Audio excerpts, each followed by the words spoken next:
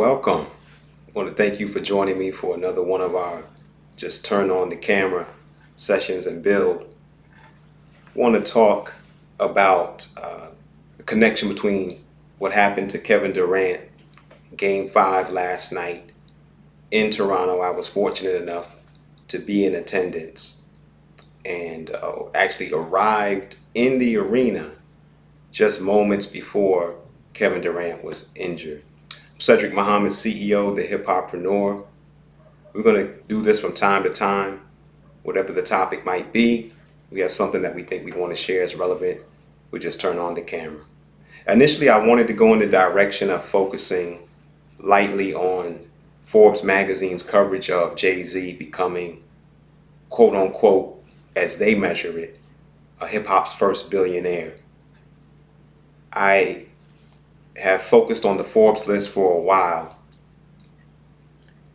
There's some questions about how they come to the calculation that they do, but nevertheless, it's always good to see someone's drive in pursuit of increasing their net worth celebrated, and no matter how subjective or humble the effort is to measure it, Forbes has done, I think, a net positive in causing us to look a little bit more away from the microphone and what an artist does as a performer.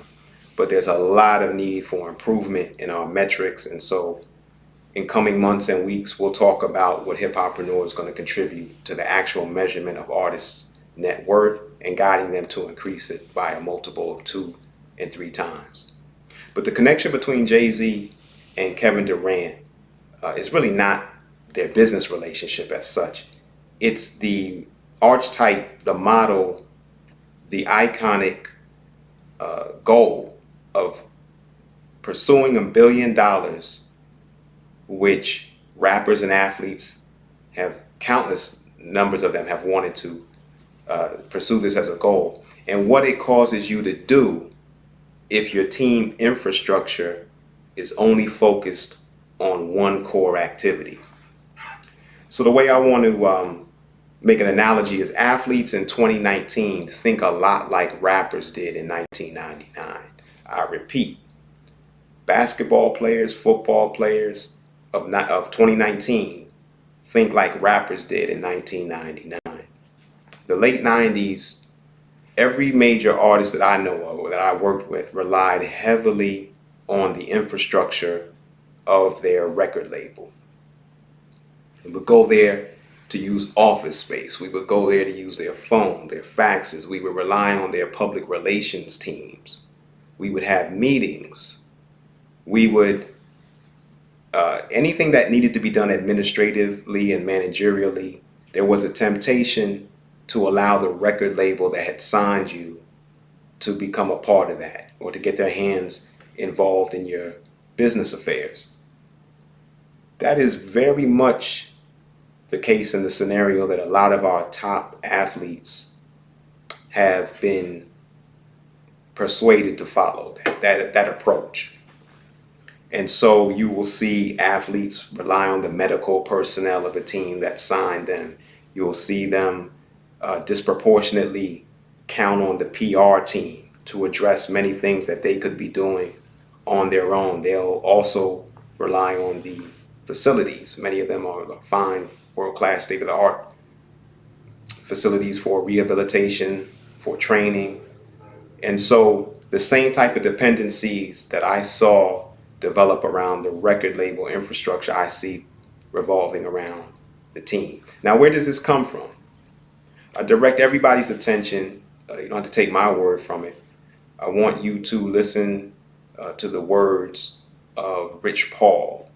You can consult a February 2019 Bloomberg TV interview where Rich Paul, who is LeBron James' agent, Anthony Davis's agent, Ben Simmons' agent, he makes 2 statements that I think typify the thinking of an athlete of today. 1, the game is everything. Rich Paul says the game is everything. That's how they think when they're guiding an athlete. 2, quote, no brand will pay you $200 million, but your team will. End quote. No brand will pay you $200 million, but your team will. So that's fine when you are focusing on the core activity. But what happens when your core activity becomes devalued or you can't perform it?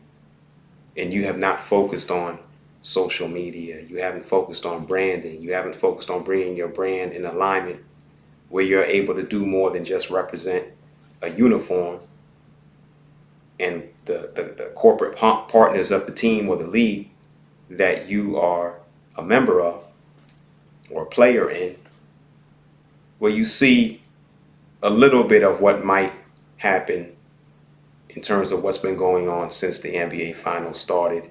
And there's been tremendous pressure on Kevin Durant to play when the consensus generally has been it probably wouldn't be best for him to play in terms of purely from a rehabilitation standpoint. So there obviously was internal motivation, his respect for his craft, his love for his teammates that played a factor in a decision that many are styling as his own free will. But we all know that there were tremendous internal and external pressures in terms of the organization for him to get back out there. So the game is everything, Rich Paul says, and no brand will pay you $200 million, but your team will. Shape the thinking of an athlete and can persuade them to put things before their health and their long-term future. So there's a contradiction, and what's important to look at is who on your team is able to resolve the contradiction. Who's the dispassionate third party who cares more about you and your business off the court that can be the voice of reason in a moment like this? Is it the talent agent? Is it the wealth manager? Is it the attorney? Is it the personal manager? Is it the folks who do your Hollywood and handle your Hollywood business? There has to be somebody in the circle who can make a decision that's in the best interest of the artist and that's in the best interest of them beyond the particular core activity or primary activity that they have been paid to perform. And so we're having a shindig event tomorrow night, a live event, a webinar, if you will, 7 p.m. I'm going to talk a lot, focus on brand alignment, the ability to represent a company, a cause, and a community simultaneously. So let me tell you what happened last night. I was there. I'll close on this. Kevin Durant just became the most valuable brand in all of professional basketball and maybe professional sports for the next 2 years in terms of storyline. And as I've said before, a brand is more valuable than a song, and a storyline is more valuable than a brand. You can have $1 million song and $1 billion story, and a $500,000 or $500 million brand in between. So here's something that a lot of commentators haven't mentioned. I was there when I walked into the arena, and then within minutes, in moments actually, the injury occurred. You heard cheering on the section of the arena where that was opposite the Warriors bench. Okay, that side was cheering in relief and excitement that Kevin Durant was hurt. That's a fact. That's what they were clapping for and cheering for. But several of the Raptors players, as it has been shown, began to motion for the crowd to quiet down.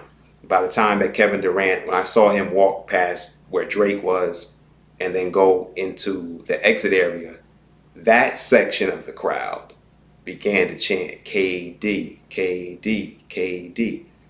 So this is a clinic in how the arc of a storyline changes. He went from hated villain, which he really has been since he went to Golden State. Kevin Durant has been the primary villain of the league in terms of competition. People think that how he left Oklahoma City was suspect and worthy of criticism. People thought he was cheating. in the sense that he left the team that had barely lost to go right to the team that had beaten him. And it was unfair that Golden State would run through the league, as basically have for the last couple of years. But as he walked and limped across the court, he became a sympathetic figure again. So now he's KD.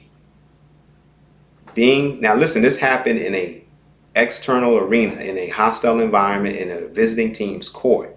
They're now cheering for him and hoping for the best. That started with a different section of the crowd than the crowd that had been cheering for his injury, right after his injury. So now, what can Kevin Durant do from a brand perspective? From a basketball perspective, if we follow Rich Paul's teachings, which are the game is everything and no brand will pay you $200 million, but your team will, then he should sign the Supermax or try to seek a Supermax deal with Golden State, or at least accept the option for another year. But to me, being that he became a sympathetic figure in hostile territory, in a visiting, while he was the visiting team, a member of the visiting team, that suggests to me that there's legs for this story to go into either New York or to go into Washington, D.C., where he's from. Now, if you think in terms of off the court and in terms of brands that can pay you more than you can make from your team and your ability to pay yourself, more importantly, there's a strong case to be made that KD should leave. Go to either New York, go to Washington, D.C., the area where he grew up. I believe that's where his brand is the most valuable, where this story would have the most legs, and where he could double and triple what he could make in Golden State. One last thing on Golden State and the seductive nature of Silicon Valley. A lot of athletes who have a decent team, LeBron has a great team, Rich Paul, a great member of that team, they don't have anything that can rival a sector or an industry or what I would call the economics of a port city like Philly or Baltimore or Atlanta or any hub. You're going to get seduced into thinking that you need to network with those individuals to make certain business deals happen. That's a big part of the allure in Silicon Valley. But someone like Kevin Durant, East Coast all the way, imagine if you see him training. You can almost hear the music like from the theme song of Rocky, and whatever aspirational storyline that you favor, him getting ready to come back, him building himself up. Is that as valuable a story if he does that with Golden State, a team he's already been with, who it's never going to be seen as his team? That's been written by the Splash Brothers, that storyline. So give some thought to that and challenge the thinking of a sports agent who's going to want to keep you out there on the court, just like there were managers in the music business that want you to keep making music as if that's all you can do.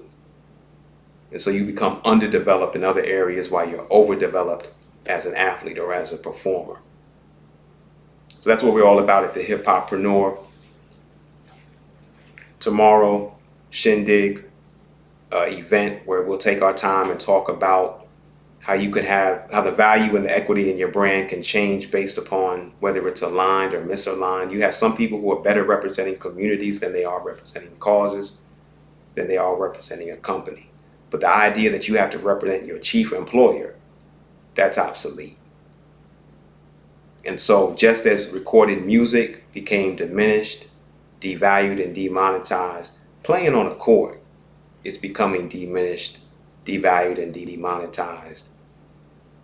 There's going to come a day where you won't even have to go to an arena to watch someone perform. The data will be more valuable. Watching the game with virtual reality will become more important.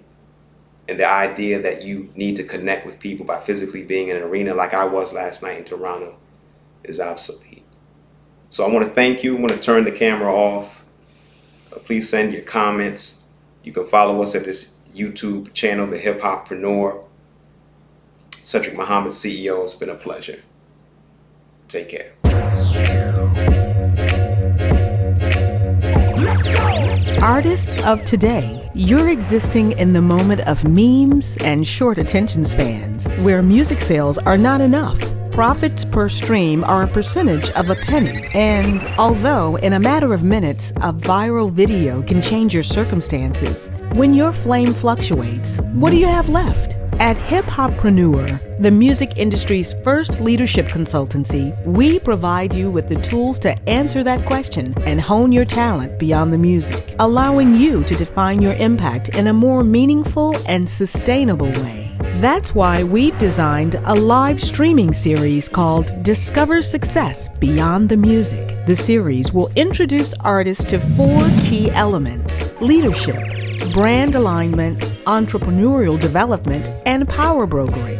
These factors develop individuality and guide as a blueprint for long-term success beyond the mic, outside the art, and the industry. In this new era, leaders have access to places where many artists won't and where brands get left behind. Register now at thehiphopreneur.com. Hip-Hoppreneur, because artists mature.